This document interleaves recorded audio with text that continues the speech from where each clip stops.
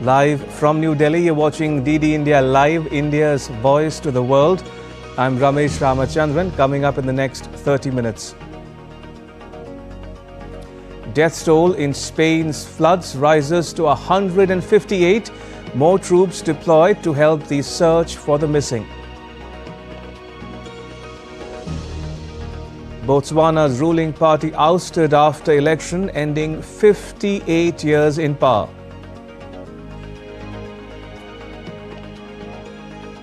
In the US, Kamala Harris woos undecided voters. Donald Trump vows to protect Hindus and boost ties with India. And investors across India prepare for a fresh financial start with the much-anticipated Diwali Muhurat trading session.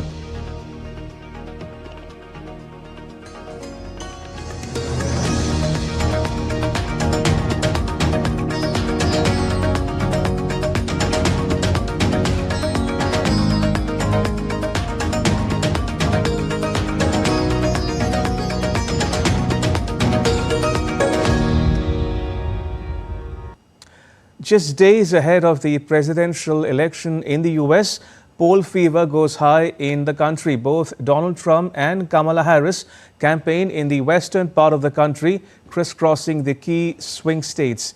DD India's Abhishek Bose gets you this report.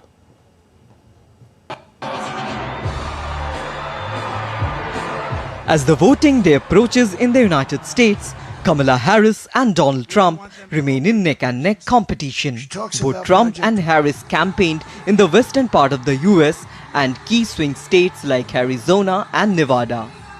Harris concluded her schedule with a performance by Jennifer Lopez in Las Vegas as she seeks to connect with Latino voters in the final days of the election.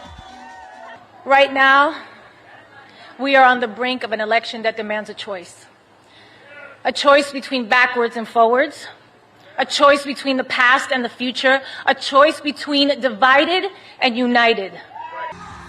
US Vice President and Democratic presidential nominee Kamala Harris urged voters to turn the page on a decade of Donald Trump. And we know we have an opportunity in this election to turn the page on a decade of Donald Trump trying to keep us divided and afraid of each other. We're done with that. Donald Trump used anti-immigration rhetoric to sway voters during a rally in Nevada. The United States is now an occupied country. Can you believe I have to say that? We're an occupied country. Through our open border, Kamala Harris is also actively aiding and abetting the worst human traffickers, child smugglers, drug dealers, and bloodthirsty criminal networks on the planet. Early voting has begun in states across the country where voters can cast their ballots in person or by mail. More than 41 million Americans have already cast their ballots ahead of the election day on November 5. The latest polls by the economist YouGov and Tip Insights indicate that Harris has a slight lead of just 1 percentage point, with 44% of voters supporting her, while Trump is backed by 43%. 7 swing states, Pennsylvania, North Carolina, Georgia, Michigan, Arizona, Wisconsin and Nevada will decide the election this time. Swing states are states that can be won by either candidate in a presidential election. They are also called battleground states. These states are important because they can decide the outcome of the election. Presidential candidates focus a lot of time and energy on winning these states. About 240 million people are eligible to vote in the 2024 US election. Abhishek Bose for DD India. At least 2 people were killed and 6 others injured in a shooting during Halloween celebrations in downtown Orlando in Florida. Police in Orlando first received reports of a shooting at around 1 a.m. local time and immediately responded to the scene. Later, the police said they'd taken a 17-year-old suspect into custody. The Orlando police have not disclosed a motive in the shooting. The US pushed for a diplomatic resolution to end the conflict between Israel and Hezbollah as a rocket attack by Hezbollah on Israel claimed at least 7 lives and that of civilians. Hezbollah said it had launched several rocket and artillery attacks against Israeli forces. Israeli air defenses intercepted rockets fired from Lebanon as the IDF continued its campaign against Hezbollah. Meanwhile, U.S. Secretary of State Antony Blinken said there has been progress on requirements for the implementation of a UN Security Council resolution that calls for withdrawal of Hezbollah from the Israel-Lebanon border.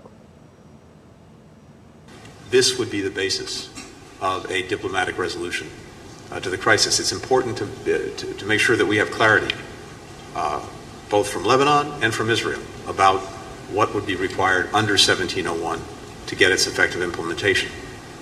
The withdrawal of Hezbollah forces from the border, the deployment of the Lebanese armed forces, the authorities under which they'd be acting, an appropriate enforcement mechanism. Now, days after Israel launched airstrikes on Iran, Israel's Prime Minister Benjamin Netanyahu warned that Israel has the capability to reach anywhere in Iran should the need arise. Israel today has more freedom of action in Iran than ever. We can reach any place in Iran as necessary. The supreme goal I gave to Israel Defense Forces and the security branches is to prevent Iran from achieving a nuclear weapon. Meanwhile, U.S. Defense Secretary Lloyd Austin discussed opportunities for regional de-escalation with his Israeli counterpart Yoav Gallant during a telephone conversation. Austin reviewed prospects for a hostage release and ceasefire deal. In a statement, Gallant's office said the Israeli defense minister briefed Austin on the success of Israel's strikes on Iran and also discussed strategic opportunities that may have arisen. In other news, Donald Trump has strongly condemned the violence against Hindus and other minorities in Bangladesh. The Republican presidential candidate has vowed to strengthen his ties with India and called Prime Minister Narendra Modi as his good friend. Trump said Bangladesh remains in a total state of chaos and alleged that his Democratic rival Vice President Kamala Harris and President Joe Biden have ignored Hindus across the world, especially in the U.S. In July-August, several members of the Hindu community in Bangladesh were attacked by mobs after a students' agitation over a controversial quota system turned into a massive anti-government protest, which resulted in the ouster of Prime Minister Sheikh Hasina. In Bangladesh, tensions erupted in Dhaka's Mirpur area on Friday as garment workers stormed the streets after a factory shut down, leaving them without work or pay. Security forces were deployed as protesters set fire to police and army vehicles. Police reportedly responded with tear gas and fired shots to disperse the crowd. Earlier on Thursday, a torch procession in Dhaka led by the Bangladesh United Minority Alliance called for better treatment of the minorities following sedition charges against 19 people accused of disrespecting the national flag in Chittagong. In another incident, violence broke out at the Jatiya Party's central office in Dhaka as a mob clashed with party members, vandalizing property and setting parts of the building on fire. Moving on, North Korea successfully test-fired a new intercontinental ballistic missile dubbed Hwasong-19. North Korea's state-run media showed a video of the missile test carried out on Thursday, with North Korean leader Kim Jong-un watching the launch at the site. North Korea said the launch had the longest flight time compared to previous launches. The Hwasong-19 demonstrated the range to strike nearly anywhere in the United States. Russia's Foreign Minister Sergei Lavrov has hailed very close ties between Moscow and Pyongyang. He met his North Korean counterpart, who is visiting Russia. The meeting comes amid accusations from the West that Russia is planning a military escalation in Ukraine, using thousands of North Korean troops said to be in Russia. очень тесные контакты между... Very close ties have been established between the militaries and special services of the two countries. This will also make it possible to reach significant security targets for our citizens and yours. For her part, North Korea's foreign minister says that the country will stand by Russia until its quote-unquote victory in Ukraine. The Democratic People's Republic of Korea has unwavering confidence that the Russian military and people who have risen with resolve in the just struggle to end the high-handedness and unilateral actions of the US and the West and establish a new international order will surely achieve victory under the wise leadership of Comrade President Putin. We affirm that we will always stand with our Russian comrades until the day of victory. The United States is expecting North Korean soldiers in Russia to deploy in combat against Ukrainian forces in coming days. Secretary of State Antony Blinken has said that about 8,000 North Korean troops have been deployed to Russia's western frontline Kursk region, with a total of 10,000 troops in the country. We now assess that there are some 10,000 North Korean soldiers in total in Russia. And the most recent information indicates that as many as 8,000 of those North Korean forces have been deployed to the Kursk region. We've not yet seen these troops deploy into combat against Ukrainian forces, but we would expect that to happen in the coming days. Russia has been training DPRK soldiers in artillery, UAVs, basic infantry operations, including trench clearing, indicating that they fully intend to use these forces in frontline operations. Meanwhile, Ukraine's President Volodymyr Zelensky blasted what he called his allies' zero response to Russia's deployment of North Korean troops. Criticizing their weak reaction, Zelensky said it would encourage Russia to strengthen its contingent. Putin is checking the reaction of the West. Putin is checking the reaction of NATO countries. Putin is also checking the reaction of South Korea. And I believe that after all these reactions, Putin will decide and increase the contingent. Today he's like a sapper. I talked about it with journalists not a long time ago. He's like a sapper on a minefield. He's checking what will happen if he brings in this contingent. And then if nothing happens, and I believe that the reaction that is there today is nothing, it is zero, then the number of Korean soldiers will be increased on our soil. Тоді буде збільшена кількість військових країн на нашій землі. Pakistan's Foreign Office has called Chinese ambassador's remark on the country's security situation as quote-unquote surprising and not reflective of bilateral diplomatic traditions. On Wednesday, Chinese ambassador to Pakistan Jiang Zhaidong urged the Pakistani government to launch a crackdown on anti-China terror groups following two deadly attacks within 6 months. He called the attacks on Chinese nationals in March and October this year as unacceptable. Botswana's President Mokgweetsi Masisi conceded defeat on Friday after preliminary results showed his party, the Botswana Democratic Party, had lost its parliamentary majority. The loss ended nearly a 6-decade rule. With more than half of constituencies reporting, the opposition coalition Umbrella for Democratic Change had a significant lead, putting its leader, lawyer Duma Boko, on track to win the presidency. The BDP was the second long-ruling party in Southern Africa to suffer a defeat at the polls this year, after South Africa's African National Congress also lost its parliamentary majority following 30 years in power and was forced to form a coalition government. Still to come on DD India Live. India's Parliamentary and Minority Affairs Minister Kiren Rijiju celebrates Diwali with soldiers in Arunachal Pradesh. And Pakistan faces challenges in implementing a $7 billion bailout deal with the International Monetary Fund.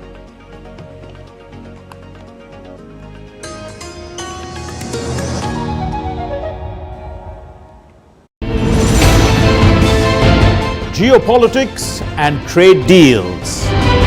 Economic challenges amid development. Hard work and the path to prosperity. It's the economy, always. Between walkers, money is what money does and says.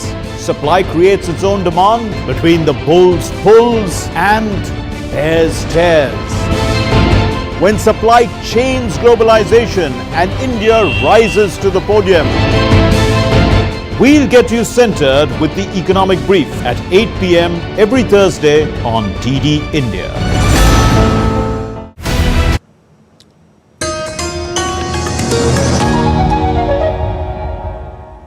You're watching DD India Live. I'm Ramesh Ramachandran. In Spain, cleanup efforts are underway after a trail of destruction was left due to the deadly floods.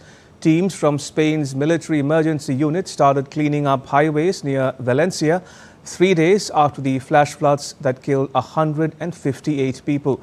The disaster could become Europe's worst storm-related disaster in over 5 decades.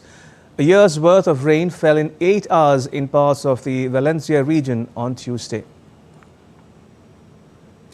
The European Union has expressed its concern on the devastating conditions caused due to recent flooding in Spain. While addressing media during COP16, European Commission envoy Florica Thinkhua called the floods catastrophic. Tragedy like this one is not just a Spanish one, it really affects all of us in Europe. It's also important to see that such devastating impacts, these sort of flash floods, of course they're exacerbated by climate change and by the high temperatures and the drought.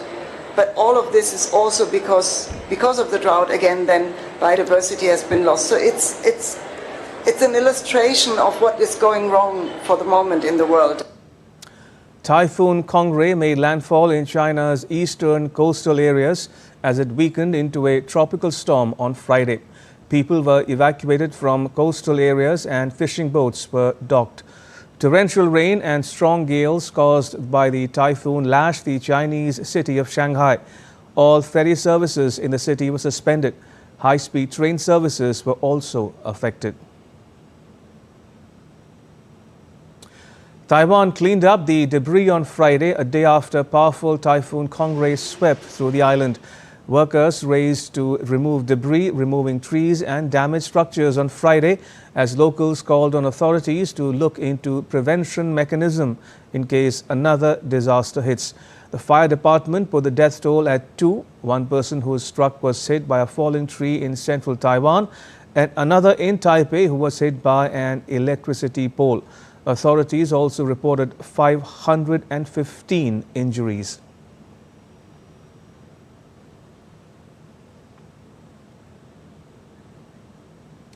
India's Parliamentary and Minority Affairs Minister Kiren Rijiju celebrated Diwali with the country's soldiers at Bumla in the northeastern state of Arunachal Pradesh, where he briefly encountered Chinese troops along the line of actual control that separates the two countries.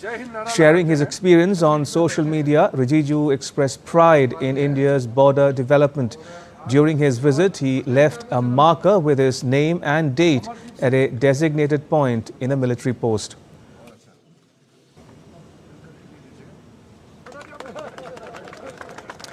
As a festival of lights, Diwali ushers in prosperity and joy. Investors across India are preparing for a fresh financial start with the much anticipated Diwali Muhurat trading session. The Indian markets will observe special Muhurat trading today from 6 p.m. to 7 p.m. local time.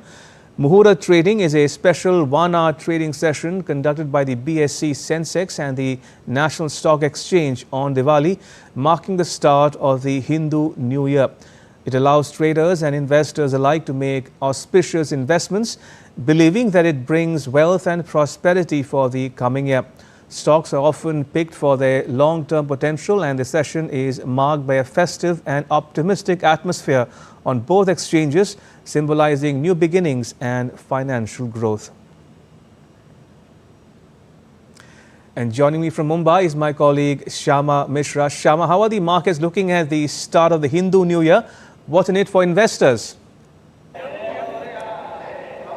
Well, Ramesh, we understand that at around 6 o'clock, the Muhurat trading, the special 1-hour trading session will begin, and it will go on for 1 hour. So we understand that the special 1 hour trading that will be 6 to 7 p.m. Will see a lot of action, especially because the markets today are not working, they're not trading. But this one particular session of 1 hour is really auspicious because it is the beginning of the Hindu New Year, which is the Vikram Samvat, and year is 2081. So we understand it's really auspicious, and it is also believed it has a lot of many years of tradition that the traders believe that once this particular trading session goes into the auspicious zone or goes into the green zone, the entire year will follow the same pattern. So we understand that they do it with a lot of zest, they do it with a lot of hope, and most of the times we have seen that this 1 hour session closes in green. So we have spoken to a lot of brokers who are present over here, and they've also mentioned that they'll be rushing towards their offices because they want to participate in this Muhurat trading. And if you're talking about sectors, we understand that since India and its growth story is really strong, so there are various sectors which will give a good guarantee, which will give a lot of good returns to the investors. Indeed. And the brokers are also of the view that even if the markets are witnessing correction, stay put in it, be in it, and keep investing, because the markets, that Indian capital markets, the returns that these markets are giving, the NSE, BSE, and all other Indian markets, there's nothing like it. So stay in it and continue to be a part of Indian growth story. Right, we'll leave it there. Shyama Mishra in Mumbai. Thank you. Appreciate it. In other news, Pakistan is facing challenges in implementing the $7 billion bailout deal with the IMF due to incorrect assumptions. Official statistics show that out of 4 key underlying assumptions for achieving the nearly $13 trillion tax target, the economic growth rate, inflation, large-scale manufacturing and imports, 3 assumptions have already been proven wrong by the end of the first quarter of the current fiscal year. The Federal Board of Revenue's tax collection and provincial cash surpluses have fallen short in the first quarter. The IMF has pressured Pakistan to devalue the rupee further, complicating the situation. The European Commission plans to investigate Chinese online shopping platform Temu over the possible violation of its Digital Services Act. DW's Chiponda Chimbelu joins us from Berlin for more. Chiponda, can you break down what the EU is planning?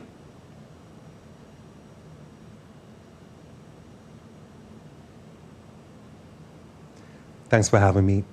Well, the European Commission says its probe is linked to the sale of illegal products and whether Temu has done enough to prevent that. And other issues in the investigation include Temu's potentially addictive design, systems that recommend products to users, and data access for researchers. Now, Temu has taken much of the world by storm. And last year, the ultra-low-cost shopping platform was the most downloaded app in France and Germany. That's also why any potential violations are a major source of concern for the European Commission. Unlike other e-commerce retailers, like Amazon and Zalando, Temu cuts out middlemen and links buyers directly to manufacturers in China. And that means goods are sent straight from Chinese factories or warehouses to European buyers. Now, that model also raises questions as to whether there are systems to ensure products meet EU standards. So what does this investigation mean for Temu?